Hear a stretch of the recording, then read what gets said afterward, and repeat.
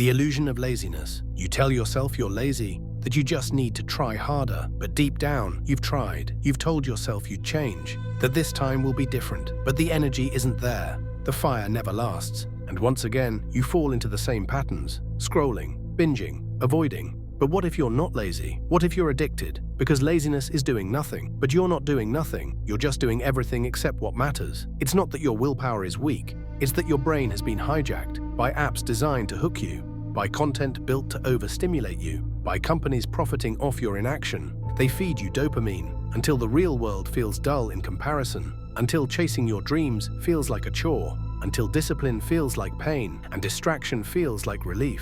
But here's the catch. The more you escape the hard thing, the harder life becomes. You're not lazy. You're exhausted from overstimulation. You're burned out from doing everything except what fuels your soul. This isn't a character flaw, it's a chemical trap. The dopamine trap.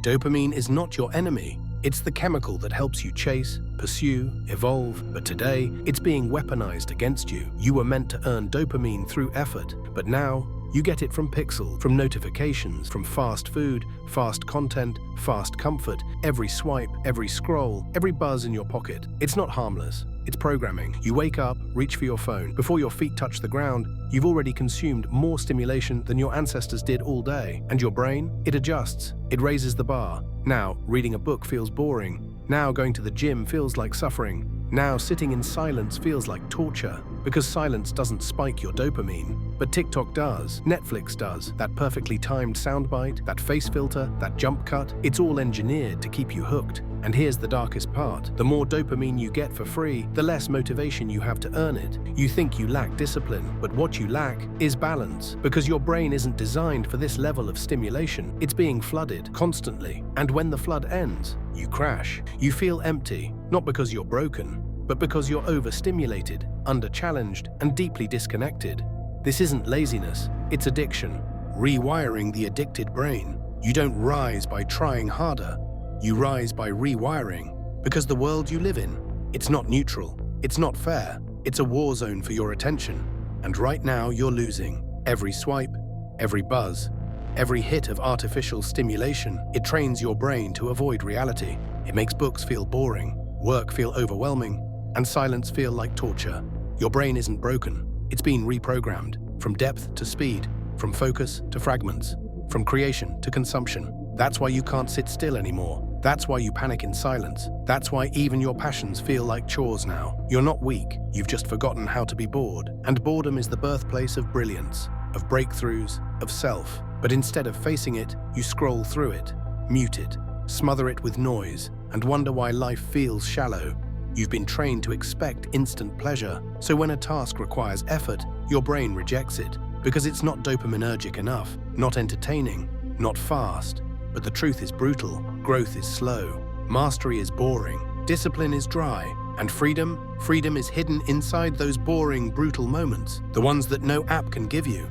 The trap was built for you. You didn't choose this addiction. It was engineered. Behind every app is a team of behavioral psychologists, UX designers, and data scientists whose job is to hijack your attention, to turn your brain into a slot machine. Infinite scroll, not an accident. Notifications in red, not random. It's all designed to keep you hooked, not just watching, but needing. They've made discomfort feel dangerous, stillness feel boring, discipline feel unnatural. But the truth is, none of that is real. You're not broken, you're conditioned. They fed your brain candy and called it connection. They taught you to chase dopamine, then shamed you for not being focused.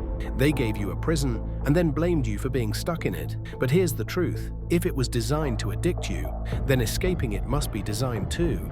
And it starts by seeing the cage for what it is. Because you're not lazy, you've just been programmed to believe that effort isn't worth it. But that's a lie, and deep down, you know it. The escape plan. You're not lazy.